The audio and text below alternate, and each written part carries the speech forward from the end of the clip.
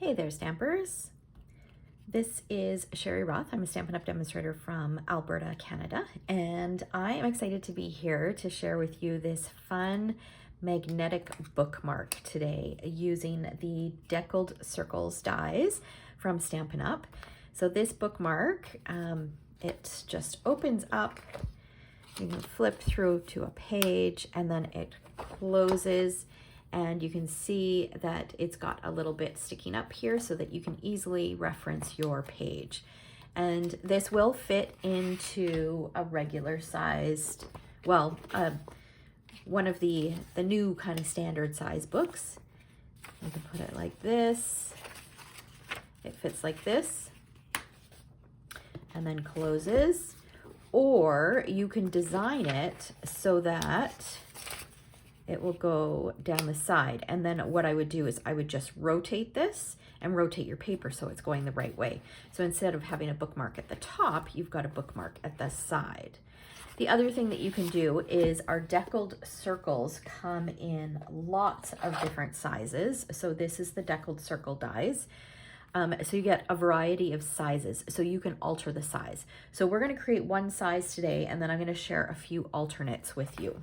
All right. So let's go ahead and get started. So I'm obviously using these dies, and then I'm going to use some paper from the Bee Mine paper pack, which is a fun paper pack that is in the January to April mini catalog. You can see there's some super cute patterns. Some of them are kind of love themed, so for Valentine's Day, but many of them are not. So this is a paper pack that can be used all year long. I love the honey pots, the flowers. I love the hexagon pattern, and then the florals and the plaid, and then this sweet pattern as well. So some great patterned papers in that paper pack. And then I'm going to combine it with the bundle, which is the Bee My Valentine Bundle. So there's a coordinating punch and a stamp set. And yeah, let's go ahead and get started. All right, so first of all, we're going to create our base. So I have here a 5 1/8 inch piece of Sweet Sorbet cardstock, and I've got I think it's 5 by 5 piece of pattern paper, and I'm going to bring in my paper trimmer and I'm going to score this in half. Now whatever size that you decide to make your base, so this piece here, this larger circle piece, cut it just a smidge larger than the actual die size. Okay, so this die is just a smidge larger than 5. So I've cut it 5 1/8 by 5 1/8, and I'm going to find the center. So the center of 5 is 2 1/2, and then I'll score it at, I'll add an extra 1/16 of an inch because I cut it 5 1/8. Hopefully that makes sense. So I'm going to score it in half, and I'll explain the reason why doing that will help. Okay, then we're going to bring in our dies, and I'm going to choose the 3rd largest and the 4th largest to die cut my DSP. And we'll bring in the Stampin' Cut and Emboss. And we're going to cut both of those pieces. Because it's larger, I'm going to do it one at a time. So now I've tried this a few different ways, and the reason I say to cut it just a smidge larger than the size of the die is so that when you score it down the middle, it's pretty much going to be in the center of your deckled circle. I tried scoring afterwards, and it's hard to find the center of a circle, like to score down the center. So I was a little bit off, which really doesn't matter. I'll share one where I did it that way. The other thing I tried was scoring it down the center, folding it, and then cutting it like this, so that it would cut through both sides at the same time. And that worked fine for this piece, but didn't work well for the center piece.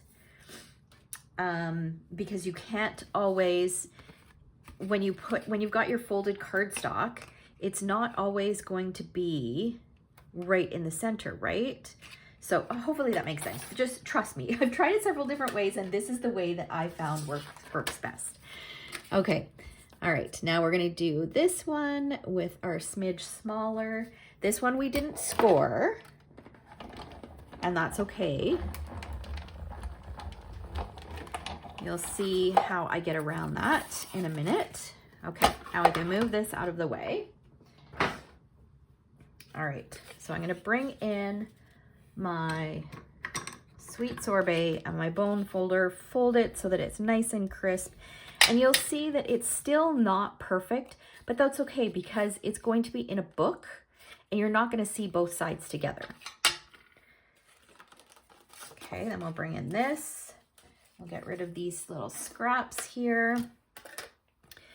Okay, so now what you want to do at this point is you want to decide, do you want this to slide in the side of your book, or do you want it to be at the top? And I'm going to do it at the side so that I can show you what it looks like, because I haven't done one on the side yet.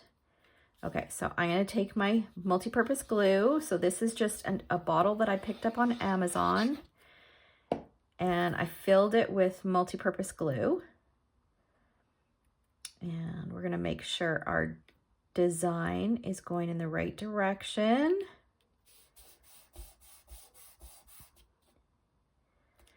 And then I'm going to flip it over, and then to score this, I'm just going to take my bone folder, crease that paper, and then fold it over.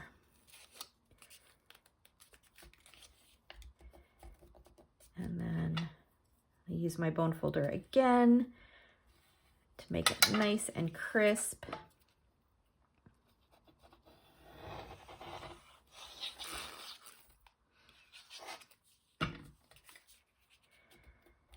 And then fold it over. All right. So we've got our base done. I'll set that aside. Now we're going to do some stamping.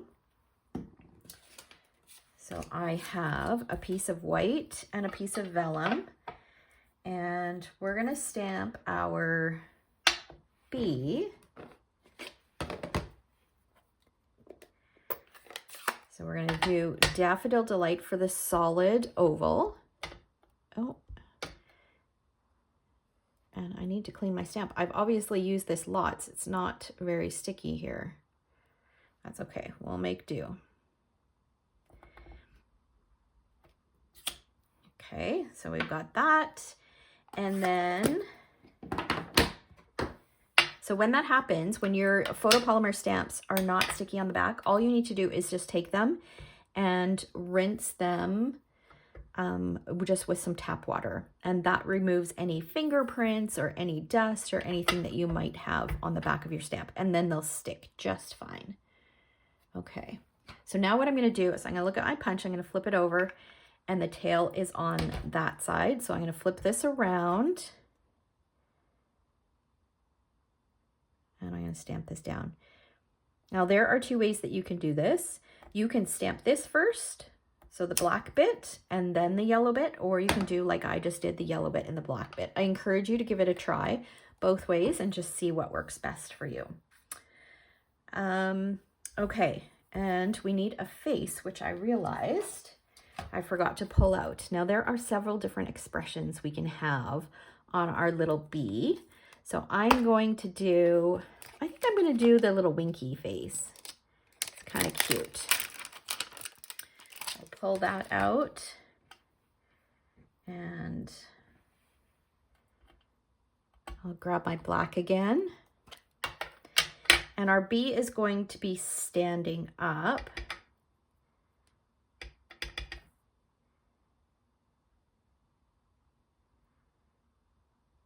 So upright, not flying sideways. So we're going to stamp our expression like that. And now we can punch this out. So I'm going to slide it in, flip my punch over, and I can see perfectly to line it up. Okay, that looks good. while we have our punch out, I'm going to punch some wings. So when you look at this punch, it looks like a speech bubble and two different sized hearts, which it can completely be. But the larger heart is actually meant to be the wings on your bee. So I'm going to punch out two of those. And we still have some more stamping to do. Just slide these little bits off. All right, so our stamping, the other stamping that we're going to do is we're going to stamp a little flower. So I'm going to take my lemon lime twist and the stem of the flower. This is also from this Bee My Valentine stamp set. So there are two stems and there's two flowers. So I've chosen one of those, some lemon lime twist. And then I'm going to bring in some sweet sorbet and my flower.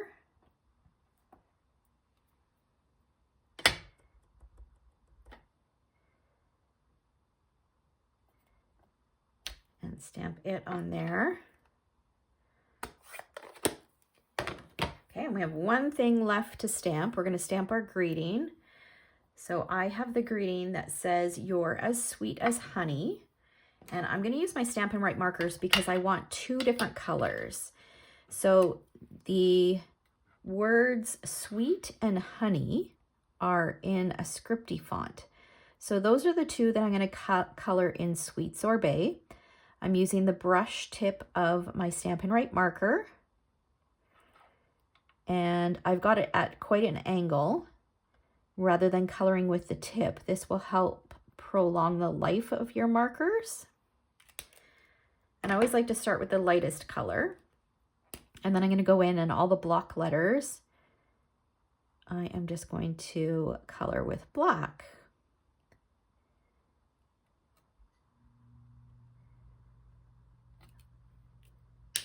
Okay, so now I'll give that a huff. That remoistens the ink, and I'll stamp it down. Okay, so now these two images will need to be fussy cut. So I've gone ahead and I've fussy cut both of those, so you don't need to watch me do that. And we're gonna bring in our base. Now the other thing that I did is I took this, or a white piece, and I used my deckled circles and I cut the 1, 2, 3, 4th smallest size. And this is just going to provide a little bit more stability for my bee. So I'm going to add some adhesive to about half of the back of this.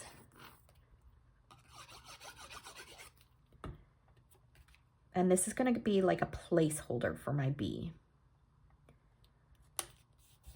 Because I figured if I just added my bee on here, the wings would probably be handled just a bit too much and my bee would likely fall off at some point. So I just wanted to make sure that it was a little bit more stable so that the bookmark would last. Now I'm taking my bookmark or my bone folder and I'm just curling up those wings just a little bit. And then I'll put just a little bit of glue on both of those. Flip it over and add my wings. Isn't he adorable? So cute. All right, then I'm gonna flip that over and add some dimensionals to the back. And I'm gonna be pretty generous with my dimensionals because again, it's going to be handled a fair bit. So I wanna make sure that it holds up. So I'm using some of the bits around the edges.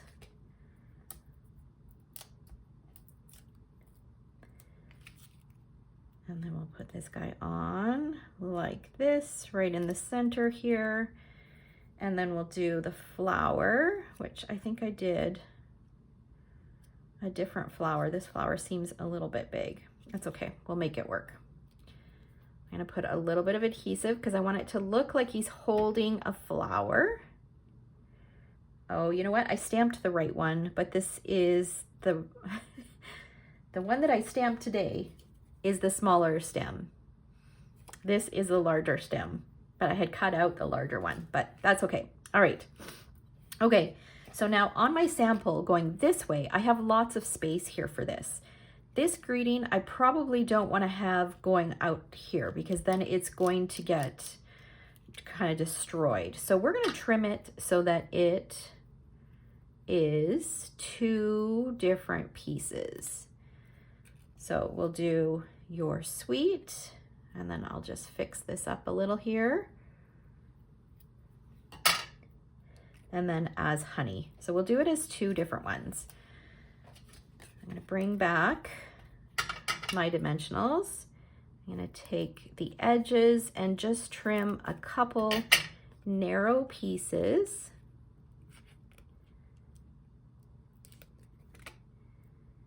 And we'll put 1 on this side and 1 on this side.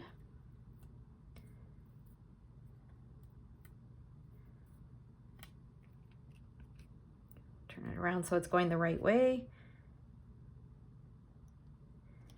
You're as sweet as honey. This one, I don't think it needs dimensionals. We'll just put it right over top. So I'll just add some glue right on there. And I'm just going to kind of center that as honey.